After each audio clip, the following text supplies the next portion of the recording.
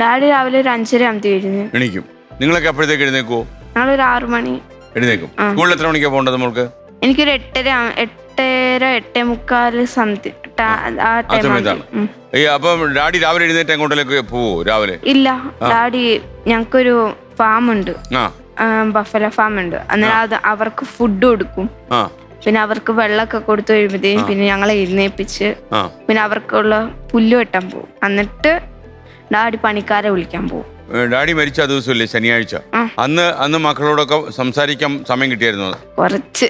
അതെ, എന്താ പറഞ്ഞന്ന് അമ്മ മോള് ഓർമ്മിക്കുന്നുണ്ടോ ഇപ്പം ഡാഡിയുടെ വാക്കുകൾ? ഡാഡി പെട്ടെന്ന് ഒരുങ്ങി പോവാൻ അന്ന് ഭയങ്കര താമസിച്ചു. ഒരു 6:15 സംതിങ് ആയപ്പോൾ ഞങ്ങൾ എഴുന്നേറ്റത്. അന്നേരം അങ്ങനെ വേഗം പോവാനൊക്കെ പറഞ്ഞു. അപ്പൊ കൃത്യമായിട്ട് മോള് പള്ളിയിൽ പോവോ? ഞങ്ങൾ എല്ലാ ദിവസവും പോവും. പൊതുവേ ഡാഡി എങ്ങനെയായിരുന്നു? ഒരുപാട് സംസാരിക്കുന്ന ആളാണോ? എല്ലാ കാര്യം പറയും. അന്ന് ആ ദിവസം നടന്ന എല്ലാ കാര്യം പറയും. ഡാഡിയുടെ മരണശേഷമേ മമ്മിയുടെ അവസ്ഥ എങ്ങനെയാ? മമ്മി എന്നല്ലേ വിളിക്കുന്നേ? അമ്മയുടെ അവസ്ഥ എങ്ങനെയാ? അമ്മ ഡൗൺ ആയി പോയായിരുന്നു. പിന്നെ ഒന്നും കൂടി സപ്പോർട്ടായി വന്നേ ഉള്ളൂ നമുക്ക്. ആണോ? ഇപ്പൊ ഇനിയിപ്പോ ഡാഡി ചെയ്ത ജോലിയെല്ലാം അമ്മ നോക്കേണ്ടി വരുമോ? അങ്ങനെയാണോ? അപ്പൊ അമ്മയ്ക്ക് നോക്കാൻ പറ്റുമോ? അമ്മ സാധാരണ എങ്ങനെയാ? അമ്മ ഡാഡിന്റെ ഒപ്പം എഴുന്നേക്കും. പിന്നെ അവർക്കുള്ള ഫുഡൊക്കെ ആക്കാൻ വേണ്ടി ഫുഡൊക്കെ റെഡി ആക്കിയിട്ട് പിന്നെ ഡാഡിന്റെ ഒപ്പം പുല്ലൊക്കെ വെട്ടാൻ പോവായിരുന്നു. ഈ നിങ്ങളുടെ വീട്ടിലൊക്കെ നാട്ടുകാരുടെയൊക്കെ നല്ല സപ്പോർട്ട്? ഈ ചാലിഗദ്ദയിലെ ആളുകളൊക്കെ നല്ല സപ്പോർട്ടിൽ വരുമോ? എല്ലാവരും വരും. പിന്നെ ഡാഡി മരിച്ചതിന് ശേഷം എല്ലാവരും വന്നു, ഞങ്ങളെ കുറെ സമാധാനിപ്പിക്കുകയൊക്കെ ചെയ്തു. രാഹുൽ ഗാന്ധി വന്നല്ലോ വീട്ടിലല്ലേ? രാഹുൽ ഗാന്ധി മോള് സംസാരിച്ചോ? ഉറപ്പായും ഞങ്ങൾ കുറെ സംസാരിച്ചു. മോള് സംസാരിച്ചോ?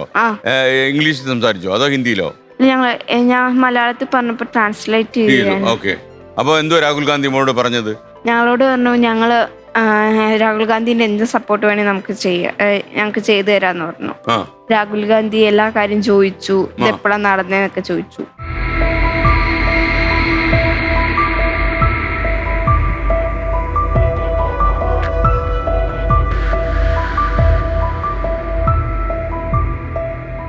മോൾ എന്തെങ്കിലും രാഹുൽ ഗാന്ധിയോട് ആവശ്യപ്പെട്ടോ? ആനേനെ പിടിക്കണമെന്ന് പറഞ്ഞു.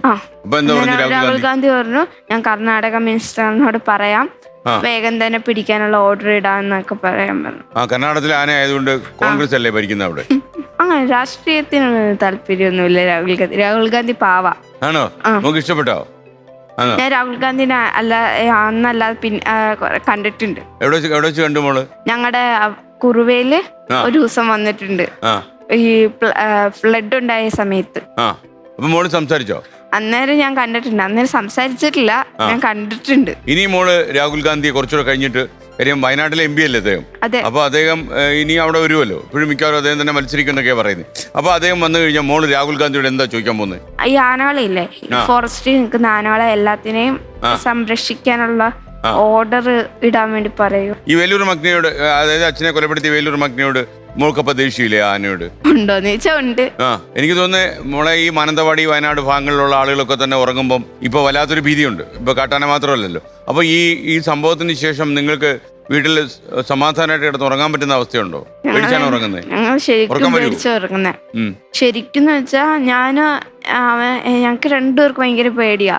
ഇപ്പൊ എന്ത് ഒരു ഇല അനങ്ങിയപ്പോൾ ഞങ്ങക്ക് ഇപ്പൊ പേടിയാ. ഞങ്ങള് കഴിഞ്ഞ ദിവസം പള്ളി എന്ന് വെച്ചാല് ഡാഡി മരിച്ചിട്ട് 3 ദിവസം കഴിഞ്ഞിട്ട് ഞങ്ങൾ പള്ളിയിൽ പോകാൻ നിർത്ത്, ഞങ്ങൾ ഒരു 10 സെക്കൻഡ് മുമ്പ് വീട്ടിൽ നിന്ന് ഇറങ്ങി ഞങ്ങൾ ശരിക്കും കടുവേന്റെ ഫ്രണ്ടിൽ വന്നേനെ. ആണോ? ഞങ്ങൾ ഈ സൈഡ്, കടുവ ആ സൈഡിൽ നിന്നല്ലേ നിന്ന്. കടുവയെ കണ്ടോ നിങ്ങള്? ഞങ്ങൾ കണ്ടില്ല, 10 സെക്കൻഡ് മുമ്പ് ഇറങ്ങിയെങ്കില് മുമ്പ് ശരിക്കും ചേച്ചി പെടുന്നതിനെക്കാട്ട് ശരിക്കും ഞങ്ങള് കറക്റ്റ് വന്നേനെ.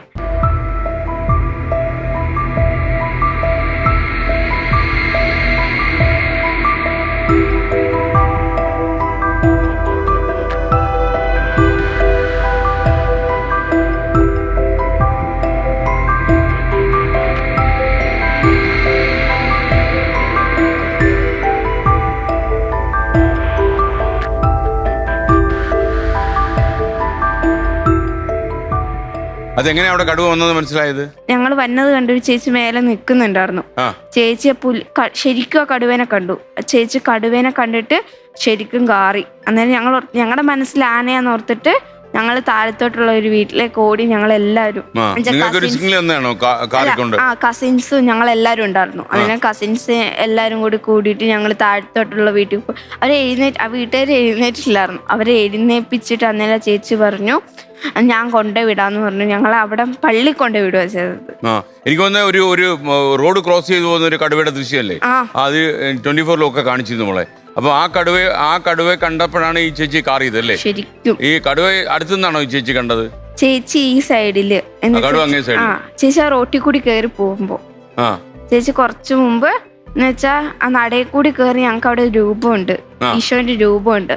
അവിടെ ചേച്ചി പ്രാർത്ഥിച്ചോണ്ടിരിക്കാൻ നേരത്ത് കണ്ടു. അപ്പൊ നിങ്ങളെ രക്ഷപ്പെടുത്താൻ വേണ്ടിയാണ് ചേച്ചി കാർ ചെയ്തല്ലേ? ചേച്ചി ഞങ്ങളെ കണ്ടു. ഞങ്ങൾ ഞങ്ങളുടെ തൊട്ട് മുമ്പിലാണ് ചേച്ചി നിന്നത്.